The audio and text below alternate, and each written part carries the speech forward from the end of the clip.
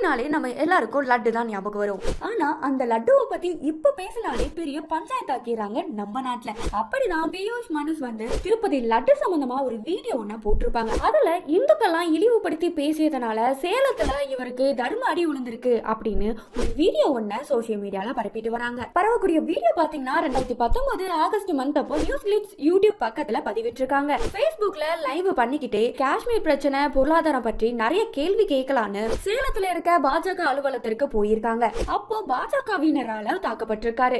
இந்த தாக்குதல் சம்பந்தமா பிபிசி தமிழ் கிட்ட பேசிய பியூஷ் மனுஷ் பாத்தீங்கன்னா திமுக அதிமுக பாமகன்னு நிறைய அலுவலகத்துக்கு நான் போயிருக்கேன், கேள்வியும் கேட்டிருக்கேன், வேற எங்குமே இப்படி எனக்கு நடந்ததில்ல அப்படின்னு சொல்லியிருக்காங்க. இது சம்பந்தமா புதிய தலைமுறையுமே செய்தியாவும் வெளியிட்டிருக்காங்க. சோ இதுல இருந்து நமக்கு என்ன தெரியுதுன்னா திருப்பதி லட்டு குறித்து பியூஷ் மனுஷ் பேசிய வீடியோவுக்கும் பரவக்கூடிய இந்த வீடியோக்கும் எந்த ஒரு தொடர்பும் கிடையாது அப்படின்றது தெரிய வருது. நீங்க உண்மையை தெரிஞ்சுக்க யூடியூனை சப்போர்ட் பண்ணுங்க.